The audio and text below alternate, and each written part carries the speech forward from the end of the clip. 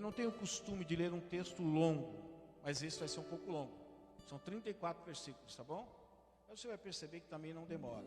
Mas eu gostaria que você prestasse bastante atenção nessa história que vai ser relatada aqui. Pare tudo. Inclusive, se o seu irmão começar a cutucar você, você fala, agora não é hora de conversar. Agora é hora de ouvir a palavra do Senhor. Diz assim: Josué convocou as tribos de Ruben, de Gade e a metade da tribo de Manassés, e lhes disse: vocês fizeram tudo o que Moisés, servo do Senhor, ordenou. Durante muito tempo e até hoje, vocês não abandonaram seus irmãos, mas cumpriram a missão que o Senhor, o seu Deus, lhe entregou. Agora que o Senhor, o seu Deus, já concedeu descanso aos seus irmãos israelitas, como tinha prometido, voltem para casa, para a terra que Moisés, servo do Senhor, lhes deu no outro lado do Jordão. Mas olha, guardem fielmente o mandamento e a lei de Moisés, servo do Senhor, lhes deu. Que amem o Senhor, o seu Deus, andem em todos os seus caminhos, obedeçam aos seus mandamentos, apeguem-se a Ele e o sirvam de todo o coração e de toda a alma. Então Josué os abençoou e os despediu, e eles foram para casa. Versículo 7. A metade da tribo de Manassés, Moisés dera terras em Bazã, e a outra metade da tribo, Josué dera terras ao lado do oeste do Jordão, junto com os outros israelitas. Ao mandá-los para casa, Josué os abençoou, dizendo: voltem para casa com as riquezas que juntaram, grandes rebanhos, prata, ouro, bronze e ferro e muitas roupas. Dividam com seus irmãos os despojos de seus inimigos. Assim, as tribos de Ruben, de Gade e a metade da tribo de Manassés deixaram os outros israelitas em Siló, na terra de Canaã, para voltarem para Gileade, sua própria terra, da qual se apossaram de acordo com a ordem do Senhor, dada por meio de Moisés. Quando chegaram a Gilelote, perto do Jordão, em Canaã, as tribos de Ruben, de Gade e a metade da tribo de Manassés, preste atenção agora, construíram um imponente altar ali, junto ao Jordão. Quando os outros israelitas souberam que eles tinham construído o altar na fronteira de Canaã, em Gilelote, perto do Jordão, no lado israelitas, toda a comunidade de Israel reuniu-se em Siló para guerrear contra eles. Olha, era irmão guerreando contra irmãos, mesmo povo. Então os israelitas enviaram Finéias, filho do sacerdote Eleazar, à terra de Gileade, as tribos de Ruben e Gade e a metade da tribo de Manassés. Com eles enviaram 10 líderes, um de cada tribo de Israel, sendo cada um deles chefe de suas respectivas famílias, dentre os clãs israelitas. Quando chegaram a Gileade, as tribos de Ruben e de Gade e a metade da tribo de Manassés disseram: assim diz toda a comunidade do Senhor, como foi que vocês cometeram essa infidelidade para com Deus de Israel? Como foi que se afastaram do Senhor, construindo um altar para vocês, rebelando-se assim contra Ele? Já não nos bastou o pecado de Peor? Até hoje não nos purificamos daquele pecado, muito embora uma praga tenha caído sobre a comunidade do Senhor. E agora vocês estão abandonando o Senhor. Se hoje vocês se rebelarem contra o Senhor, amanhã a sua ira cairá sobre toda a comunidade de Israel. Se a terra que vocês receberam como propriedade está contaminada, passem então para a terra que pertence ao Senhor, onde está o tabernáculo do Senhor, e se apossem de um território entre nós. Mas não se rebelem contra o Senhor, nem contra nós, construindo para vocês um altar que não seja o altar do Senhor, o nosso Deus. Quando Acã, filho de Zerá, foi infiel com relação às coisas consagradas, não caiu a ira sobre toda a comunidade de Israel? E ele não foi o único que morreu por causa do seu pecado? Então as tribos de Ruben, de Gade e a metade da tribo de Manassés responderam ao chefe dos clãs de Israel: o poderoso Deus, o Senhor, o poderoso Deus, o Senhor, Ele sabe, e que Israel o saiba. Se agimos com rebelião ou infidelidade para com o Senhor, não nos poupem hoje. Se construímos nosso próprio altar para nos afastarmos do Senhor e para oferecermos holocaustos e oferta de cereal ou sacrifício de comunhão sobre ele, que o próprio Senhor nos peça conta disso. Ao contrário, fizemos isso temendo que no futuro os seus descendentes digam aos nossos: que relação vocês têm com o Senhor, com o Deus de Israel? Homens de Ruben e de Gade, o Senhor fez do Jordão uma fronteira entre nós e vocês. Vocês não têm parte com o Senhor. Assim, os seus descendentes poderiam levar os nossos a deixarem de temer o Senhor. É por isso que resolvemos construir um altar, e não para os holocaustos e sacrifícios, mas para que esse altar sirva de testemunho entre nós e vocês, e as gerações futuras, de que cultuaremos o Senhor em seu santuário com os nossos holocaustos, sacrifícios e oferta de comunhão. Então, no futuro, os seus descendentes não poderão dizer aos nossos: vocês não têm parte com o Senhor. E dissemos: se algum dia disserem isso a nós ou aos nossos descendentes, responderemos: vejam a réplica do altar do Senhor que os nossos antepassados construíram, não para holocaustos ou sacrifícios, mas como testemunho entre nós e vocês. Longe de nós nos rebelarmos contra o Senhor e nos afastarmos dele. Construindo para holocaustos, ofertas de cereal e sacrifícios, um altar que não seja o altar do Senhor, o nosso Deus, que está diante do seu tabernáculo. Quando o sacerdote Finéias e os líderes da comunidade, o chefe dos clãs dos israelitas, ouviram o que os homens de Ruben, de Gade e de Manassés disseram, deram-se por satisfeito.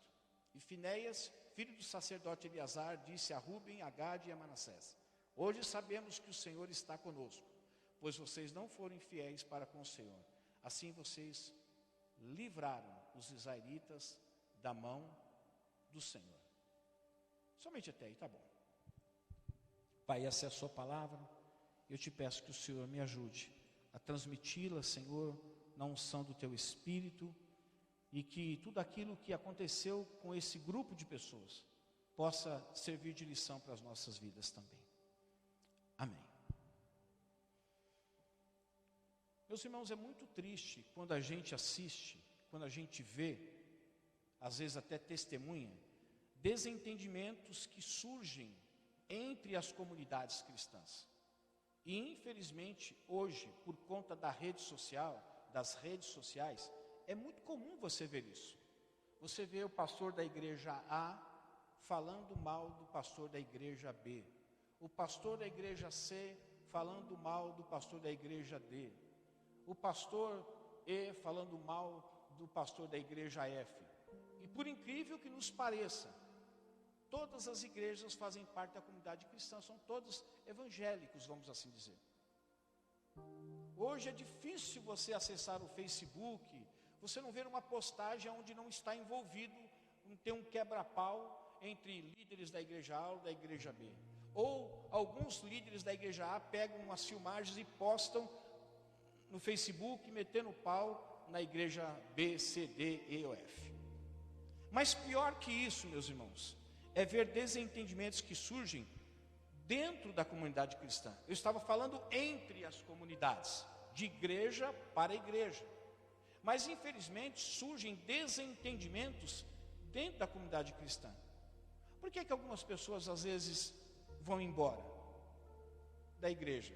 Na maioria dos casos, não é porque elas mudaram para longe, não é porque elas arrumaram um serviço muito longe. Na maioria das vezes, não estou dizendo que são todas as vezes, mas na maioria das vezes é porque elas tiveram um problema na igreja onde elas estiveram, e toda regra tem a sua exceção, e não quiseram resolver o problema. Acharam melhor sair da igreja, procurar uma outra igreja. Talvez teve problema com o líder da igreja, o pastor. Talvez teve problema com algum líder de departamento, de ministério. E por não conseguir chegar a um denominador comum, talvez movidos pelo orgulho, pela falta de perdão, sempre acham que o melhor caminho é abandonar a igreja anterior e ir embora. Quando eu digo para vocês que há desentendimento entre, é porque existem líderes atacando outros líderes nas mais diversas comunidades. Quando eu digo que há desentendimento dentro, é porque existem irmãos se desentendendo com outros irmãos, mostrando assim uma vida muito mais norteada pela natureza de pecado do que guiado pelo Espírito de Deus. Deixe-me esclarecer esse texto longo que nós lemos aqui. Nós sabemos que Deus usou a vida de Moisés para tirar o povo lá do Egito, que era escravo. Nós sabemos da trajetória que esse povo fez. Quando Moisés morreu, Deus o substituiu, colocou Josué na liderança. E sob a liderança de Josué, porque Moisés foi proibido de entrar na terra prometida, eles começaram e deram início à conquista da terra que Deus havia prometido para eles. Só que foi o seguinte, quando eles começaram a conquistar a terra, essas 3 tribos, essas 2 tribos e meia, acharam por bem, falaram assim, escuta, será que a gente pode ficar antes do Jordão? Porque Canaã era considerado depois do Jordão. Eles disseram assim, ó, a terra aqui é boa, e tudo aquilo que nós precisamos para a gente dar continuidade à nossa vida, tem nessa terra. Será que existe algum problema a gente ficar por aqui mesmo? E naquela época, o que aconteceu? Eles falaram, não, espera um pouquinho. Vocês vão ficar aqui, todo mundo ajudou vocês a conquistarem essa terra aqui. Agora vocês vão ficar aqui, os seus irmãos vão lá conquistar a terra deles sozinhos? Não, isso está errado. E eles disseram assim, não é isso que nós estamos querendo dizer. Nós vamos ficar até o fim, mas nós só queríamos o consentimento para que nós pudéssemos ficar aqui em Gileade mesmo, que a terra é boa para o nosso gado, para aquilo que para as nossas ocupações. Mas enquanto todo o povo de Deus não conquistar toda a sua terra, cada um o seu território, nós não vamos abandonar. E foi isso que aconteceu. Eles deixaram as suas criações, deixaram suas esposas, seus filhos, mas eles continuaram batalhando mesmo tendo herdado a terra antes do Jordão, que era a terra de Gileade. E eles foram. Esse momento que nós estamos lendo, o que acontece? Ele diz assim, bom, agora que Deus concedeu descanso, subentende-se que o povo já havia conquistado, se não tudo, boa parte de todo o território que Deus havia prometido dar para o seu povo. Aí ele diz então, bom, agora já que vocês ajudaram a conquistar todas as terras para os seus irmãos, então agora vocês estão liberados, pode voltar para a casa de vocês. E naquele momento então, não sei como foi, a Bíblia não dá pormenores, mas teve um momento da despedida, em que aqueles que ficaram depois do Jordão ficariam ali em Canaã, e aqueles que se contentaram e acharam por bem ficar antes do Jordão em Gileade, voltaram, mas eram todos parte de um mesmo povo, apenas de tribos diferentes. Mas então acharam por bem ficar lá. Tá bom. Quando eles despediram, a Bíblia diz que o líder abençoou aquele povo para que eles pudessem voltar. Eles voltaram. Quando eles voltaram, quando chegou na divisa, eles construíram um altar. Já existia um altar aonde? Lá em Canaã. Eles construíram um altar. E você sabe que notícia de fofoca chega rápido, né? Eu não sei como, porque naquela época não tinha e-mail, não tinha WhatsApp, não tinha telefone, não tinha Facebook, não tinha Instagram, não tinha nada disso. Meu amigo, para chegar a notícia lá, era por meio do mensageiro, que tinha que montar no cavalo, ou se não tivesse cavalo, tinha que ir a pé mesmo, não tinha jeito. A gente hoje, você recebe uma notícia, acontece um negócio de manhã, o cara posta 5 minutos, já está quase o mundo todo sabendo, por causa dessa questão das redes sociais. Bom, eu não sei como que chegou essa notícia, mas a notícia chegou. E chegou lá para o povo que havia ficado depois do Jordão, falando assim, olha, ficou sabendo que os nossos irmãos construíram agora um altar para eles? Não ficou combinado que nós viríamos ofertar aqui os holocaustos, os sacrifícios, a cerimônia, era tudo aqui. Eu acho que eles já levantaram para ele outro Deus. Quando eles souberam disso, o que fizeram? Reuniram um grupo de pessoas, foram ao encontro desse povo e falaram assim, nós vamos guerrear contra eles, nós vamos destruir todos eles, porque nós falamos para eles, não se envolvam com outros deuses, não criem outros altares. Eles fizeram isso, então montaram a equipe e foram para guerrear. Quando chegaram para guerrear, a situação mudou toda. Já chegaram dizendo, vocês construíram um altar, vocês esqueceram do nosso Deus, eu avisei vocês, cumpra os mandamentos, olha, a cerimônia só pode ser onde nós estamos, por que vocês fizeram isso? E aí então conta a história, que homens começaram a se pronunciar, dizendo assim, não é nada disso que vocês estão pensando. Por que todo esse desentendimento? Por que toda essa encrenca? Estou agora aqui parafraseando, tá? Por Porque toda essa encrenca não é nada disso que vocês estão pensando. Nós não construímos um altar aqui para termos como referência um outro Deus, ou para nós cultuarmos aqui vocês lá. Não é nada disso. Nós construímos um altar aqui preocupado com o quê? Com a próxima geração. Porque nós ficamos o quê? Antes do Jordão. A hora que a nossa geração passar, pode ser que a geração dos nossos filhos, dos filhos de vocês, não saibam que nós fazemos parte do mesmo povo. E podem querer guerrear contra nós. Nós construímos um altar ali para dizer o seguinte: o Deus que vocês servem é o Deus que nós servimos. Nós não estamos construindo outro altar. Quando eles disseram isso, então o sacerdote disse assim: então está tudo explicado. Agora eu entendi. Mas o povo se locomoveu do lugar onde estava, vieram ao encontro do povo que tinha ficado antes do Jordão, em Gileade, para guerrear com o povo, justamente por causa de algo que eles tinham imaginado que tinha acontecido. E isso causou uma encrenca terrível, um desentendimento muito grande entre eles. Meus irmãos, eu vim essa noite aqui falar um pouquinho sobre as guerras que existem, mas às vezes entre nós. E quando eu digo entre nós, não é só um ministério Acts, é a comunidade cristã. Nós não podemos participar disso. Nós não podemos entrar em guerra contra os nossos próprios irmãos, sejam eles de outra denominação, da Igreja Aliança aqui do pastor Cláudio, ou da Igreja Batista, ou da Igreja Presbiteriana, ou da Assembleia de Deus. Nós fazemos parte de um mesmo povo. Tem hora que eu começo a ver no Facebook algumas coisas, eu logo saio fora porque me entristece muito. Quando eu vejo as guerras que existem entre o povo de Deus. Não é o povo de Deus e o mundo, ou o mundo contra o povo de Deus. É muitas vezes o povo de Deus contra o povo de Deus.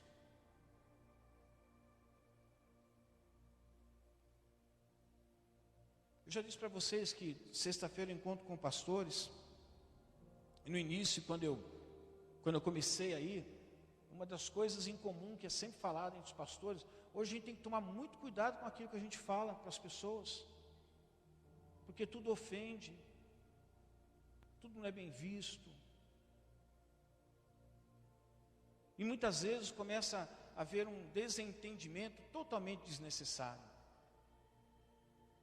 Pessoas não se falam mais umas com as outras, para não ficar tão evidente que não se falam, preferem ir embora, ir para uma outra igreja, como se tivessem resolvido o problema.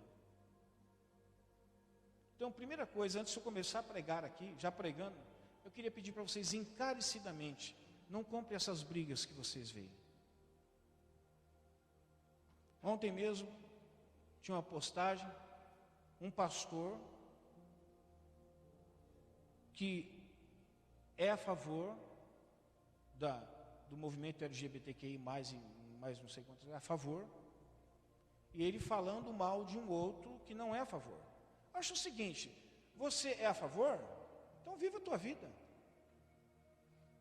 Eu vou viver a minha vida segundo aquilo que eu entendo através da palavra de Deus, que agrada ao Senhor. Se ele é um pastor e entende que é assim, então viva assim, é um problema dele. Se vierem pedir opinião, aí sim, olha, então, o caminho é esse, é por causa disso, daquilo outro. Mas se não, deixa cada um caminhar. Porque eu estou vendo que é pior a gente comprar briga, entrar no meio, sabe? Já aconteceu comigo. Eu comprei briga, entrei no meio. Sabe o que aconteceu comigo? Eu fiquei mais bravo ainda. Porque é o seguinte, existem pessoas que elas não serão convencidas. Por mais que você seja um bom argumentador, elas nunca serão convencidas. Se ela entender o meu jeito é o certo, ela vai morrer daquele jeito. Eu sempre digo para minha esposa, um dos grandes perigos da falta de mudança é a idade. Sabia disso? Quanto mais você vai envelhecendo, se você não muda, a probabilidade de você mudar é muito grande. Porque vira um hábito e se torna um vício, você não muda mais. Seja ele comportamental, seja ele no lado espiritual, no lado emocional, profissional, não muda mais. Se pegar uma pessoa de 70 anos, 60 anos, 70 anos, 80 anos, mesmo ela foi criada dentro da igreja, ela tem alguns hábitos que não condizem com a palavra de Deus, não adianta, não insiste, porque não vai mudar. Nossa, pastor, que palavra pessimista. Não, não é. É realista, essa é a verdade. As pessoas não mudam. Eu acredito que pessoas podem ter 100 anos, elas têm um encontro com Jesus, elas mudam. Mas pessoas que já estão muito tempo na igreja, e elas estão caminhando de um jeito, e nada do que você fala para ela vai fazer ela mudar, não insista, deixa ela caminhar a vida dela. Não vai mudar, não vai mudar. Você vai gastar o seu tempo precioso. Eu queria hoje falar um pouquinho sobre essas guerras que existem, mas é entre o povo de Deus. E que para mim, e acredito que para você, também deve causar muita tristeza. Eu me lembro de uma vez que eu fui pregar numa determinada igreja, de um amigo nosso, que continua sendo amigo nosso.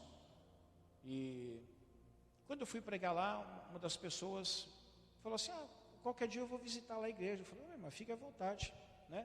Somos parte de um mesmo povo, estamos fragmentados em denominações, mas fazemos parte do mesmo povo. Quando essa pessoa disse que viria visitar aqui, aí a pastora disse, não pode não, tem que estar aqui, se a igreja é daqui, tem que frequentar essa igreja, não pode ir a igreja nenhuma. Eu falei, poxa vida, eu pude ir lá pregar, mas um membro da igreja não pode me visitar, né? Até porque eu nem gosto de pescar, eu não pesco em aquário. Acho que você é crente, você está afastado, tem um lugar para você aqui. Você então é crente, está sem igreja, tem um lugar para você aqui. Agora você tem igreja, eu não vou ficar chamando você para vir para cá. Você tem a sua igreja, fique na sua igreja. Será muito bem-vindo para participar conosco no culto, mas você tem a sua igreja, fique na sua igreja. Se um dia você ficar desigrejado, as portas estão abertas para você, não tem problema. Eu queria falar hoje aonde as guerras começam, baseado nesse texto que nós lemos agora. As guerras começam, meus irmãos, por causa da imaginação corrompida. A imaginação é uma arma extremamente poderosa. Você quer ver? Eu pediria que todos, sem exceção, todos fechassem os olhos. Feche os olhos agora, todos, sem exceção. Isso.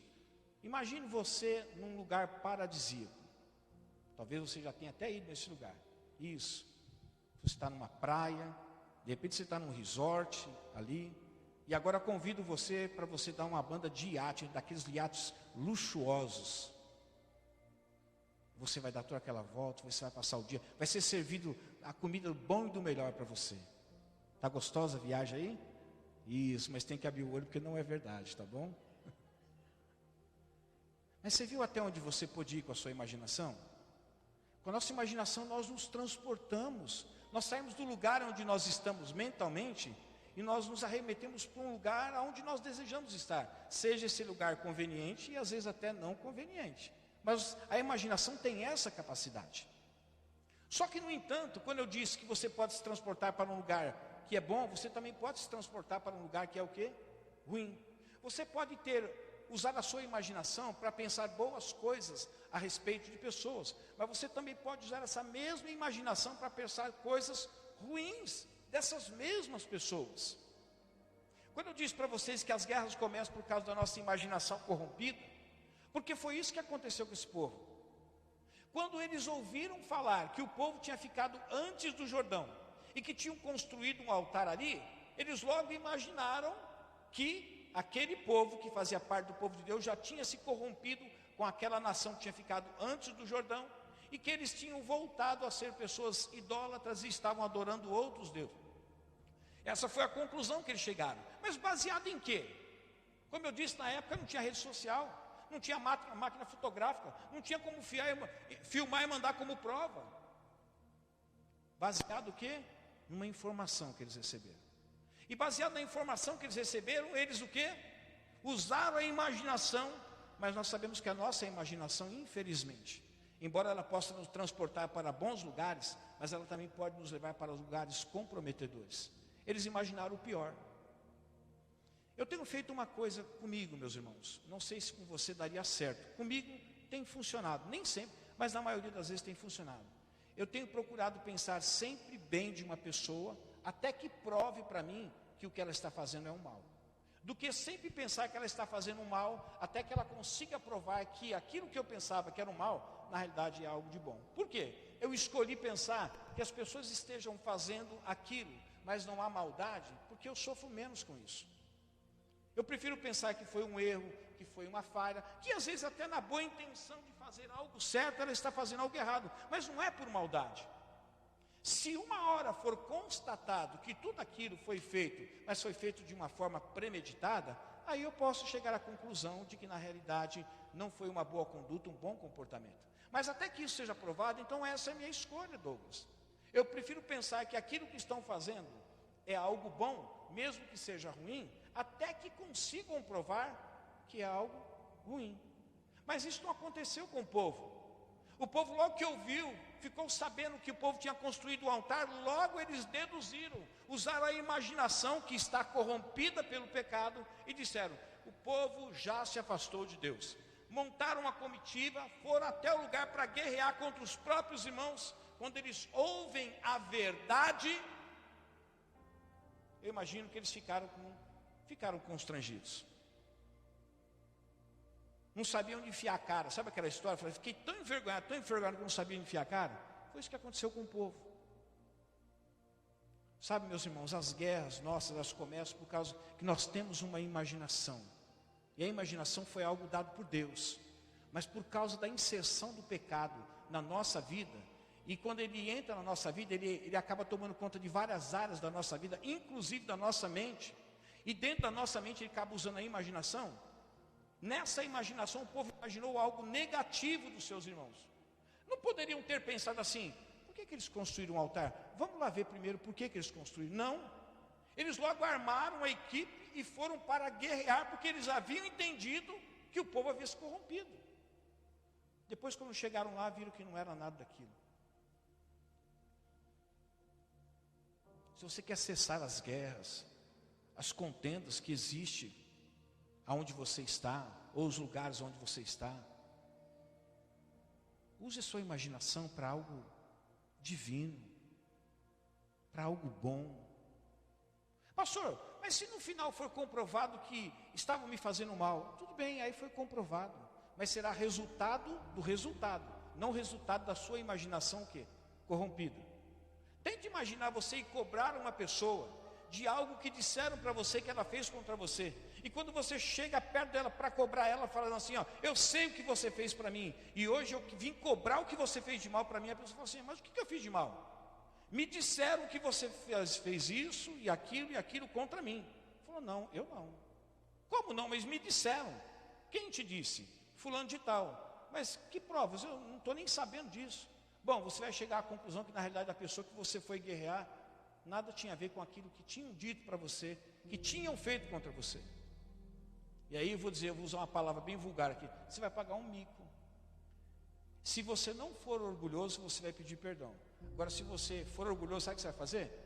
Então peraí que eu vou voltar a falar com ele para ver o que aconteceu. Boa parte das nossas contendas, dos nossos desentendimentos, é por causa da imaginação corrompida. Fulano não chegou. Por que ele não chegou? Deixa eu imaginar por que ele não chegou. Porque ele deve estar fazendo isso, ou ela deve estar fazendo aquilo, deve fazer aquilo outro. Isso aconteceu comigo particularmente. E eu falei: Senhor, me ajuda. Eu não quero ficar imaginando nada que aconteceu, que impossibilitou dessa pessoa estar comigo, ou eu estar com essa pessoa, porque eu posso estar errado. E na maioria das vezes, meus irmãos, nós estamos errados. Porque nós fazemos uma leitura e botamos um rótulo na pessoa. E aí quando nós descobrimos que nós fizemos uma leitura equivocada e que não deveríamos ter colocado o rótulo que nós colocamos na pessoa, às vezes é tarde demais, porque você já feriu o coração daquela pessoa. Então você quer acabar com as guerras, com as contendas, que certamente já aconteceu entre você e alguém? Pare de usar essa imaginação corrompida sua. Versículo 11 e 12, só vou ler aqui, mas já falei. Quando os outros israelitas souberam que eles tinham construído o altar, na fronteira de Canaã, em Gilelote, perto do Jordão, do lado israelita, toda a comunidade de Israel reuniu-se em Siló para guerrear. Meu Deus do céu! Eles nem sabiam se tinham construído, e se tinham construído, por que tinha construído. Mas o imediatismo fez com que ele já levantasse um grupo de pessoas para ir guerrear. Aí eu fico imaginando: já pensou se não tivesse alguém para esclarecer sobre a verdade do verdadeiro acontecimento, da construção daquele altar? Tinha virado uma guerra, uma carnificina. E depois iam descobrir que aquele altar não era nada mais, nada menos, era só para mostrar para as gerações futuras que eles também faziam parte do povo de Deus. Só que aí já seria o quê? Tarde demais. Ezequiel 13:2 diz assim: Filho do homem, profetize contra os profetas de Israel que estão profetizando agora. Eles estavam o quê? Deus chama o profeta dele, Ezequiel, para profetizar contra os profetas de quem? Que era o povo de Deus, que estão profetizando agora. Quer dizer, espera um pouquinho, Deus está levantando um profeta para profetizar o quê? A favor ou contra? Contra os profetas de Israel. Quer dizer, profeta profetizar contra profeta, alguma coisa está de errado, mas olha só o que está acontecendo. Digam àqueles que estão profetizando, digam àqueles que estão profetizando pela sua própria imaginação. Ouçam a palavra do Senhor. Deus estava levantando o profeta Ezequiel para profetizar contra os profetas que faziam parte do povo de Deus, mas que na realidade eles estavam profetizando segundo aquilo que eles imaginavam. Não era uma revelação de Deus, não era Deus que estava falando com eles, era eles falando com eles mesmos, usando a sua própria imaginação. Você vê alguma semelhança nos dias de hoje isso acontecer? Quanta profecia que a gente ouve, e quando você vai peneirar, você percebe que era fruto da própria imaginação da pessoa. E isso causa tanta contenda, tanto desentendimento, tantas brigas. Romanos 12:2 diz assim, meus irmãos: não se amolde ao padrão deste mundo, mas transformem-se pela renovação da sua. A mente foi renovada, mas você precisa agora o quê? Ser transformado segundo a renovação da sua mente. E quando a mente é transformada, a imaginação também precisa ser transformada. Pode ver que as pessoas às vezes hoje estão andando desconfiando umas das outras.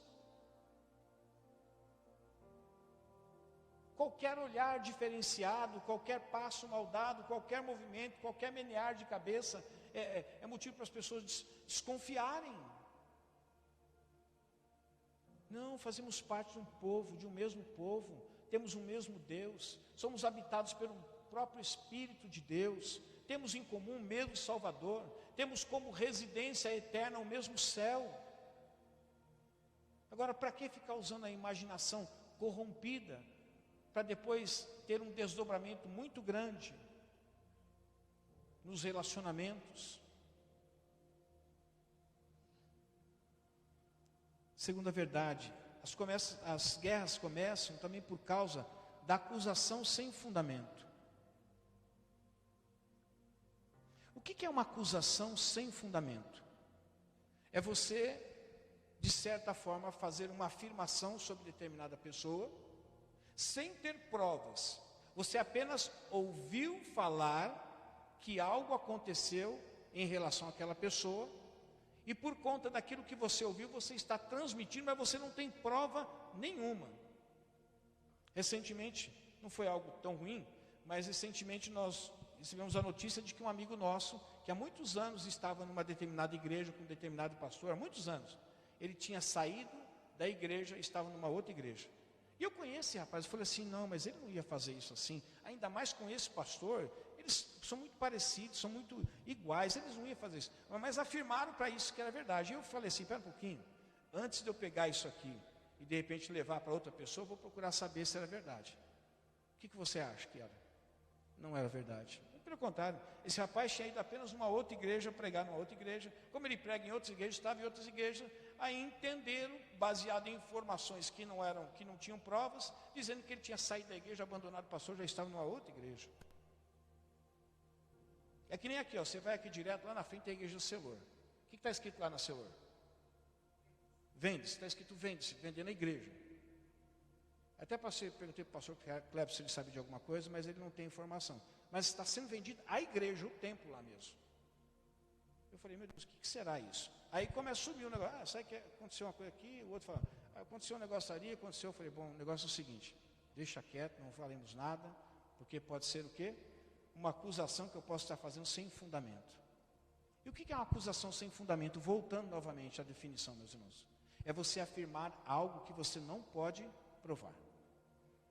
Você sabe que dentro da justiça, quando você vai defender um cliente, não é o quanto é a verdade, mas o quanto você pode provar. Você pode até dizer que aquilo que você está dizendo é a verdade, e de fato ser a verdade. Mas se você não conseguir comprovar que é verdade, você pode pagar ou cumprir uma pena injustamente porque você não conseguiu provar. Não porque não é verdade, porque a verdade precisa ser o quê? Comprovada. Muitas guerras, muitos desentendimentos surgem entre nós por causa de acusação sem fundamento. Versículo 16 ele diz assim: assim diz toda a comunidade do Senhor. Como foi que vocês cometeram essa infidelidade para com Deus de Israel? Já estava chamando o povo que tinha ficado antes do Jordão do quê? De infiel. Eles já estavam rotulando o povo que tinha ficado lá, que era um povo infiel. Como foi que se afastaram do Senhor? Não bastava chamar eles de infiéis, está dizendo que eles se afastaram do Senhor. Já não estavam mais com o Senhor. Construindo o altar para vocês. Também o altar não era para eles, era para a geração futura. E aí eles concluem dizendo, rebelando-se contra Deus. Olha, eles fizeram 3 acusações. Primeira, chamaram o povo de infiel. Depois chamaram o povo que tinha se afastado do Senhor. E depois disseram que aquele povo havia se rebelado contra Deus. Fizeram 3 afirmações, fizeram 3 acusações, sem nenhum fundamento, sem nenhuma prova. E isso estava resultando o quê? Uma guerra que ia ter. Agora eu pergunto para você, será que não existe alguma semelhança entre nós? De afirmações que nós fazemos, de acusações, de levantamento de algumas coisas que nós fazemos, mas não temos fundamento nenhum, porque nós ouvimos falar. Atos 25, 7 diz assim: quando Paulo apareceu, os judeus que tinham chegado de Jerusalém se aglomeraram ao seu redor, fazendo contra ele muitas e graves acusações que não podiam. Olha o povo aí, fazendo acusação contra o apóstolo Paulo, só que as acusações que eles faziam, eles não tinham provas. Acusações não fundamentadas, sem provas. Sabe por que as guerras e os desentendimentos e as contendas surgem entre nós, meus irmãos? Por causa disso. Muitas vezes nós acusamos pessoas sem ter nenhuma prova. E às vezes nós não sabemos por que às vezes a nossa vida fica caminhando um pouco travada, né? A gente precisa rever a nossa vida. Toda vez que eu reunia com jovens aqui, e eu sentia falta de alguns jovens, a primeira coisa que eu fazia era ligar. Se o jovem não tinha telefone, eu ligava para a mãe e para o pai, que é o responsável. Está tendo, não vi fulano chegando, o que está acontecendo? Aí a mãe e o pai explicavam. Antes eu falava, lá vem aquele já outra vez, preguiçoso, não veio. Ficou em casa sem fazer nada, porque não trabalha, não está de férias, não está fazendo porcaria nenhuma. Não, eu vou perguntar primeiro, que de repente está lá doentado, está lá no hospital. De repente pode ser até um preguiçoso, que tem. E não veio porque não quis mesmo. Meu pai é mais frouxo, a mãe é mais frouxa ainda, também não fez ir. Pode ser, mas eu não posso afirmar isso, porque eu não tenho conhecimento. Posso estar fazendo uma acusação sem fundamento. Depois que eu tiver a certeza, aí eu falo, pai, mãe, hein? Mas vocês são mole para dedéu, hein? Paulo, quando apareceu, o povo começou a fazer acusações. São essas coisas que acontecem no meio do povo de Deus, que gera contenda, que gera desentendimento, que gera brigas, que geram guerras. Acusações sem fundamentos. Olha o conselho que Provérbios dá, 3:30. Não acuse alguém sem motivo, se ele não lhes fez nenhum mal. Não fale de ninguém, se você não tem prova. E mesmo que você tiver prova de que ele fez algum mal, é claro que se ele tirou a vida de alguém, é necessário que você denuncie mesmo. Ou se ele abusou de uma criança, às vezes é necessário que você denuncie mesmo. Mas antes, você precisa ter fundamentos, você precisa ter provas antes de falar. Talvez você diga isso, pastor, será que isso é espiritual? Eu estou vendo que quantas pessoas estão deixando a sua espiritualidade justamente porque estão cometendo esse erro. Fazendo acusações sem ter o quê? Provas. Uma das coisas que eu ensinava quando eu dava aula de tutoramento, eu falava assim, nunca fale de, mas fale para. Porque aquele que tem a facilidade de falar de, é porque ele não tem coragem de falar para. Porque Mateus diz assim, se você tiver um problema com o seu irmão, vai a quem? Ao irmão mais próximo, o irmão mais próximo contar para o outro? Não, ele vai a ele. Se o seu problema é com a Amauri, vai ao Amauri. Se o Amauri tem um problema com a pastora, ele tem que vir à pastora. Se eu tenho um problema com o Douglas, eu tenho que ir ao Douglas. Se eu tenho um problema com a Rose, eu tenho que ir à Rose. Nós não podemos pegar o problema e levar para outras pessoas. Nós temos que ir uma pessoa com a qual nós tivemos o problema. Não aceite acusação sem motivo, se ele não lhe fez nenhum mal. Terceira verdade, as guerras começam por causa da comparação ofensiva também. Versículo 17, ele diz assim, já não nos bastou o pecado de Peor. Olha só que quando os líderes de Israel chegam, eles já chegam com os dois pés no peito do povo que estava lá. Já não bastou o pecado de Peor? Até hoje não nos purificamos daquele pecado, muito embora uma praga tenha caído sobre a comunidade de Israel, sobre a comunidade do Senhor. Só para lembrar vocês, o pecado de Peor foi quando Israel, ele estava lá naquela cidade de Sitim, e ele começou a entregar-se à imoralidade sexual com as mulheres moabitas, e participaram de oferendas, prostrando-se perante os deuses delas. Deus enviou uma praga e matou 24 mil pessoas. Ele estava dizendo para ele assim, já não basta aquilo que aconteceu? Já não basta o pecado lá em Peor? Nós estamos pagando até hoje por isso. 24 mil pessoas. Quantas mulheres ficaram viúvas? Quantas crianças ficaram órfãos? Mas ele estava usando esse argumento de algo que havia acontecido contra um povo, mas nada daquilo procedia. Lucas 18:11 diz assim, o fariseu em pé orava no íntimo, Deus, eu te agradeço porque não sou como os outros homens, ladrões, corruptos, adúlteros, nem mesmo como este publicano. Interessante, né? Ele fez uma comparação, então dizendo, eu não sou igual a nenhum desses daí, nem igual esse publicano que está orando aí, tem misericórdia de mim, tem misericórdia de mim. Quantas vezes, às vezes, nós comparamos pessoas com outras pessoas, mas de uma forma ofensiva? Quer ver uma coisa que destrói relacionamento de casais? Isso quando não dá morte, né? Só destrói, tudo bem, mas quando não dá morte. Eu tive um caso uma vez, meus irmãos, que eu aconselhei um casal. Glória a Deus que até hoje eles estão juntos. Mas por incrível que pareça, no momento da intimidade do casal, uma das partes chegou a dizer para a outra parte, o outro ou a outra fazia melhor do que você. Eu acho um milagre esse casamento ter continuado, porque é uma comparação extremamente, para não dizer, é ridícula, extremamente carnal. As guerras, elas começam por causa dessa comparação ofensiva. É o marido querendo que o marido seja como o marido da outra, ou o marido querendo que a esposa dele seja igual à esposa do outro, ou que o seu filho seja igual ao filho do outro, mas de uma forma pejorativa. E as guerras começam, as contendas começam. Entre o povo de Deus, não é que não poderia existir problemas,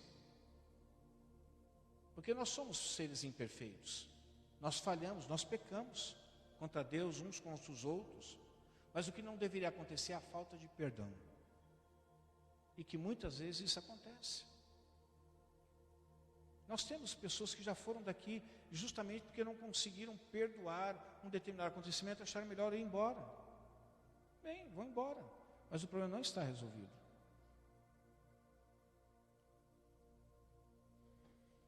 As guerras começam por causa das nossas comparações ofensivas. Inclusive, no arraial evangélico. Quantas vezes nós comparamos irmãos, ou se eu tivesse um irmão, se os irmãos da nossa igreja fossem igual àqueles irmãos daquela igreja lá, nossa igreja que seria uma bênção. Ou se o pastor da nossa igreja fosse igual àquele pastor daquela igreja, essa igreja seria uma bênção. Para com isso, meus irmãos, cada um Deus chamou para estar em um determinado lugar. O importante é que você saiba que você está oferecendo o seu melhor. E o seu melhor não é garantia de que você vai ser melhor que A, que B, que C. Até porque nunca deve ser nem sequer o seu alvo. O seu alvo é você ter a plena convicção de que aquilo que você está oferecendo é o melhor. Não é o resto, não são sobras, mas é o melhor.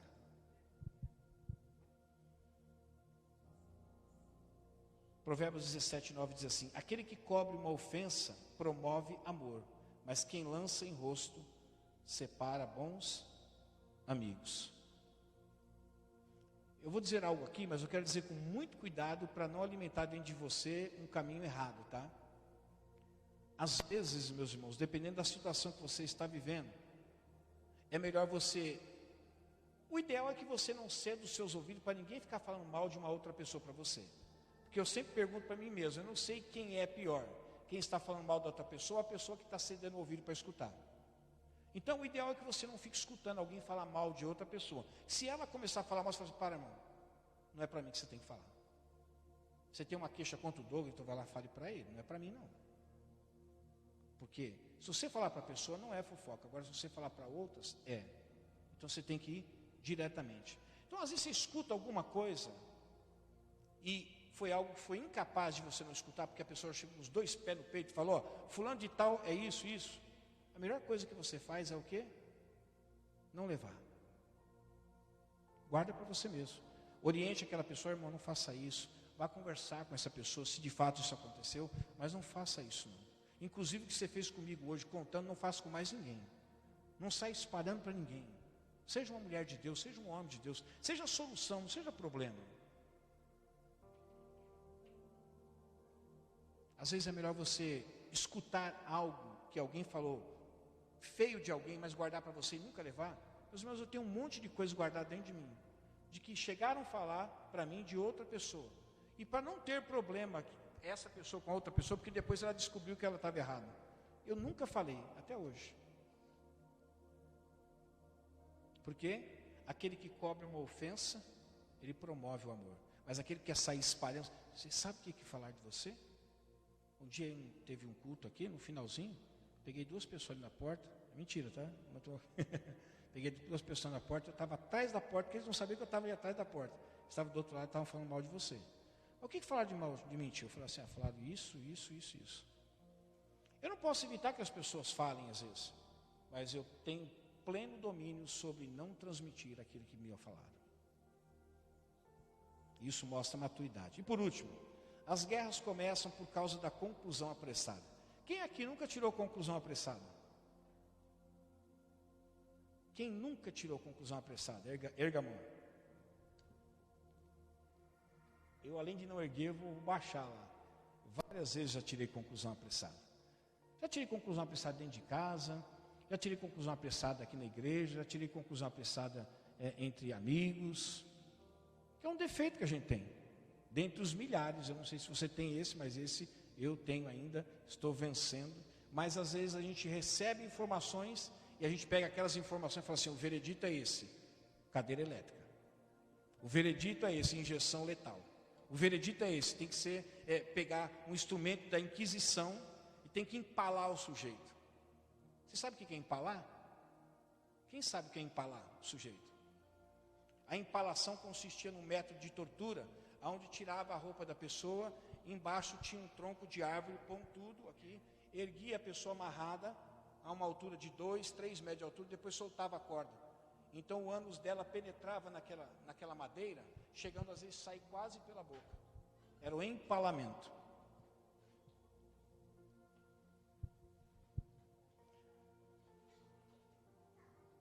As guerras começam por causa da nossa conclusão apressada. Versículo 18, preste atenção. Crianças quietinho. E agora vocês estão abandonando o Senhor, Olha o que o povo que veio para falar com o povo que estava. Agora vocês estão abandonando o Senhor. Eles já tinham chegado à conclusão que o povo tinha construído o altar porque estavam adorando outros deuses e que eles não faziam mais parte de um só povo, do povo de Deus, que eles estavam agora abandonando o Senhor. Olha que conclusão que eles chegaram. Nada disso era verdade, mas eles disseram: vocês abandonaram o Senhor.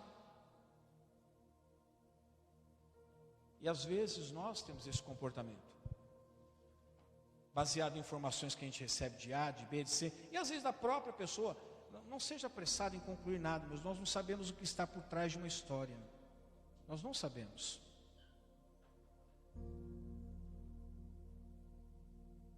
Ontem eu vi uma cena totalmente assim, assustadora, triste. Uma postagem colocaram, um desentendimento no trânsito, e eu acho que o carro de trás chocou-se com o carro da frente. Eu acho que foi isso, Mamori. Parecia uma batida forte, mas o cara desceu e começou a discutir com o cara de trás. Só que o cara não abaixou o vidro. E porque ele não abaixou o vidro e não queria falar, o cara começou a dar murro, quebrou o retrovisor, deu um murro no capô do carro, era um carro novo, amassou. Aí ele voltou e ele ia para o carro dele e voltou outra vez. E chegou no vidro assim, mandou o cara abaixar, porque queria que o cara descesse para ele surrar o cara. O cara tirou a arma e deu um tiro no peito dele. Assim. E fiquei pensando, né? Provavelmente morreu. Muito provavelmente morreu.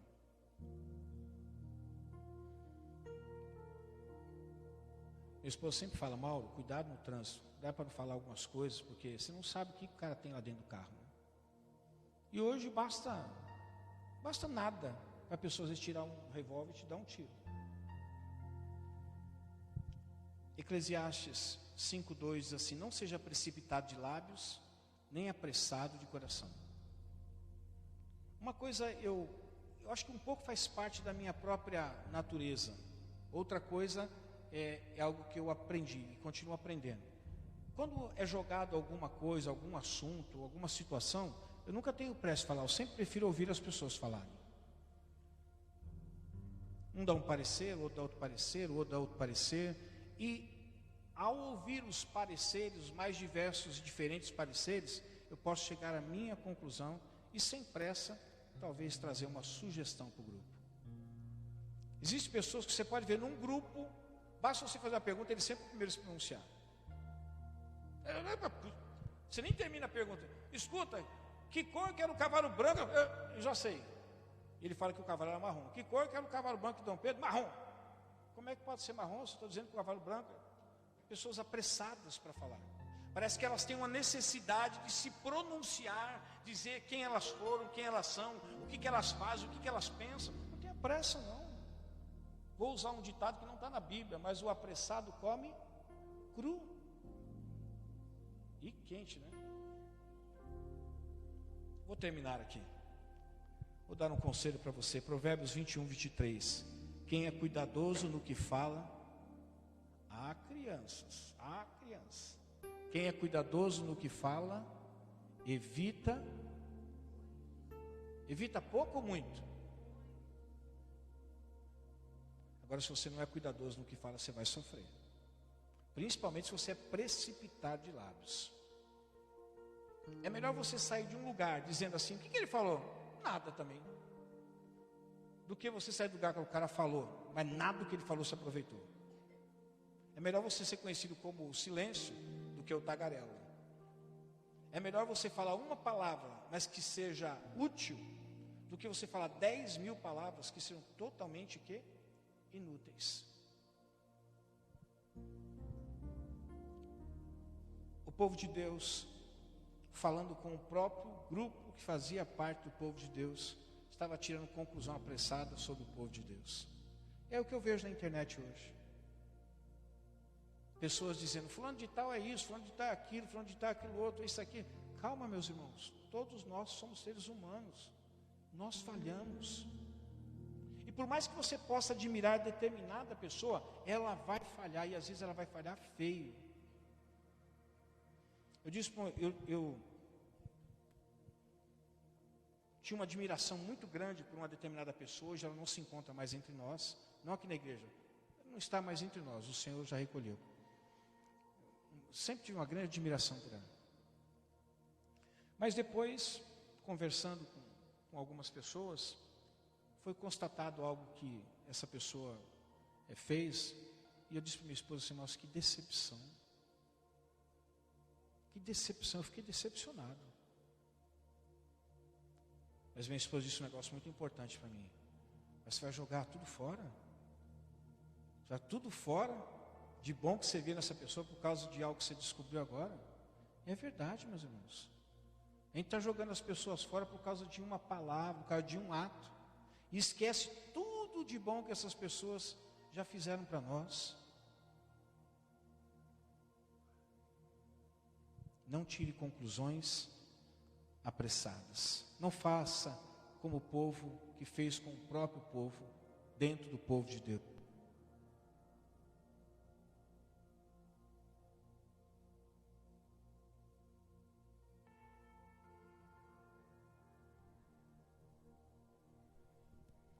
Até porque você pode estar redondamente enganado. Ah, o cara do churros aí, ó. Ele estava aqui ontem, hein? Você que mandou ele vir, Vanderlei, outra vez? Compra logo o churro, manda esse homem embora. Eu termino essa mensagem dizendo para você, você quer evitar as guerras relacionais? Seja com seu marido, com seu filho, com os irmãos em Cristo Jesus? Não fique alimentando a sua imaginação que está corrompida. Não fique imaginando coisas, inclusive coisas que não são verdadeiras. Quer evitar as guerras relacionais? Não faça acusações sem fundamento, sem provas. Se um dia você conseguir provar, aí você pode acusar. Mas enquanto você não tiver prova, você não pode acusar. Porque se você acusar algo que não é verdadeiro, você pode estar em apuros nas mãos do Senhor, porque isso chama-se o quê? Falso.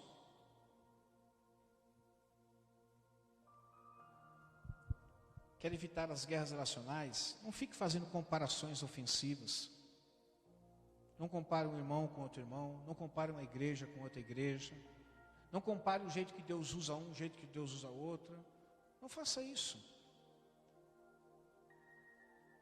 Se você for comparar, mas que seja para dar crédito para as pessoas, para motivar as pessoas, não para desestimulá-las. Quer evitar as guerras? Pare de tirar conclusões apressadas. Nós pastores temos a tendência de às vezes tirar conclusão apressada. Quando eu olho, por exemplo, e vejo e sinto a falta de algumas pessoas, eu falo, por que não veio? E aí eu começo a imaginar, né? Por que não veio? Não veio porque preguiçoso. Não sei o que, daqui a pouco eu recebo a notícia, pastor, vai no hospital que fulano está ruim lá. Aí eu falo, ainda bem que eu não falei para ninguém, né? Não, o mico ia ser grande. Então, se você quer evitar essas guerras, faça isso. Eu tenho certeza de uma coisa: as guerras não vão acabar, mas elas vão diminuir consideravelmente. Se você não ficar alimentando sua imaginação que está corrompida, se você não ficar fazendo acusação sem ter nenhuma prova, não ficar fazendo comparações que ofendam as outras pessoas e não ficar tirando conclusões apressadas. Você pode ter certeza absoluta, as guerras vão diminuir consideravelmente na sua vida. Amém? Vamos ficar em pé?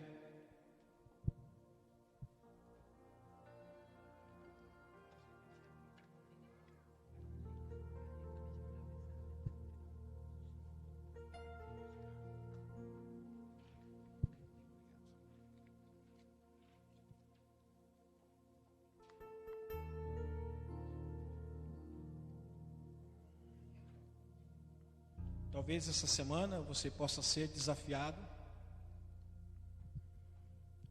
a evitar guerras. Talvez você se depare numa situação e o diabo vai te convidar a imaginar algumas coisas. Não permita. A palavra de Deus diz assim: levando cativo todo pensamento à obediência de Cristo. Não se dê o direito de pensar nada negativo de alguém se você não tem provas. Não se dê o direito, porque isso é a obra do diabo na sua mente, para destruir o relacionamento seu com outra pessoa. Não faça isso. Espera a pessoa falar com você, ou se você tiver pressa, procure ela e pergunta. Mas não tire conclusões apressadas de forma alguma. Não fique alimentando sua imaginação, que já está corrompida. Vamos viver uma vida gostosa, na direção do Espírito de Deus, sendo verdadeiros em tudo, transparentes em tudo, o máximo que você puder, dentro da sua casa, com sua esposa, seus filhos, entre nós. Vamos ser o máximo possível transparentes em tudo. Vamos evitar guerras, meus irmãos. Sabe por quê? Se a gente começar a brigar entre nós, um reino não pode crescer se entre ele e eles estão brigando. Ele vai começar a se dividir. Quão bom e quão suave é que os irmãos vivam em união, porque ali o Senhor ordena o quê? A bênção dele. Ali ele ordena a bênção dele. Amém? Vocês vão guardar essa palavra no coração de vocês? Não deixe o diabo roubar não, viu? E talvez você chegar em casa lá, talvez você já encontre um desafio logo de cara. Mas não esqueça da palavra. Não deixe as guerras, as contendas predominarem. Somos pessoas que somos filhos de Deus, temos o Espírito de Deus. Se você desejar, você pode ser guiado pelo Espírito de Deus. Eu cheguei a uma conclusão, meus irmãos. Sabe que não precisaria existir trabalho, por exemplo, com casais. É um exemplo. Nenhum trabalho para dizer. Se cada um de nós andássemos em espírito, qual o problema que existia entre eu e minha esposa? Se ela anda em espírito e eu ando em espírito, qual o problema que ia surgir? Nenhum. Precisaria ter grupo de jovens? Não, tem que ter um grupo de jovens, tem que ter um trabalho com jovens. Nada, se os jovens andassem em espírito, não teria problema. E sabe o que eles iam fazer? Iam chamar outros jovens para vir para Jesus. Porque eles não são problema, eles são solução. Se cada um de nós propor a nós, eu falo assim, eu vou andar em espírito. Você pode ter certeza. Sempre vai haver um endemoniado lá de fora para atacar. Mas entre nós, você anda em espírito, eu ando em espírito, que problema que nós vamos ter? Um espírito brigar com o outro é o mesmo espírito, não tem como. Então o segredo é andar em espírito, a todo momento. E às vezes, a melhor resposta para quem anda em espírito, é melhor você silenciar. Porque, você viu ele dizer assim, não seja apressado com as palavras. Às vezes nós não somos bons com a palavra. E ainda falamos na hora que não deveríamos falar e só vai estragar.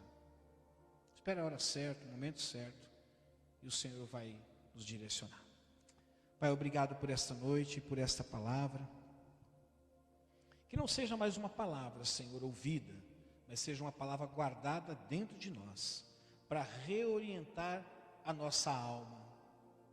O Teu Espírito plantou essa palavra no nosso coração, para redirecionar a nossa alma, porque a nossa alma, às vezes, quer imaginar coisas que não são verdadeiras. Ela quer fazer acusações sem ter provas nenhuma. Ela compara uns com os outros e acaba depreciando a imagem de um e de outro. Ela quer muitas vezes tirar conclusões apressadas. E tudo isso é manifestação da nossa alma. Mas somos pessoas que andamos em espírito. Nos leve em paz, Senhor, em segurança. Que essa semana seja uma semana de desafio para nós. Se as guerras surgirem, Senhor, nós sejamos os pacificadores da guerra. Não sejamos os causadores da guerra. Obrigado, Senhor, por esta noite, em nome de Jesus. Que o amor de Deus, que a graça do nosso Senhor e Salvador Jesus Cristo, a doce consolação do Espírito Santo de Deus esteja conosco e permaneça conosco desde agora e para todo sempre. E que o Senhor te abençoe e te guarde. Que o Senhor faça resplandecer o seu rosto sobre ti e te conceda a graça. Que o Senhor volte para ti o seu rosto e te dê a paz. Deus abençoe. Os jovens desta igreja venham até aqui à frente, a Rita e o Pedro querem falar com vocês. Tá bom? Tenha uma ótima semana. Para quem vem orar, amanhã é oração às 8 horas. Vou em paz.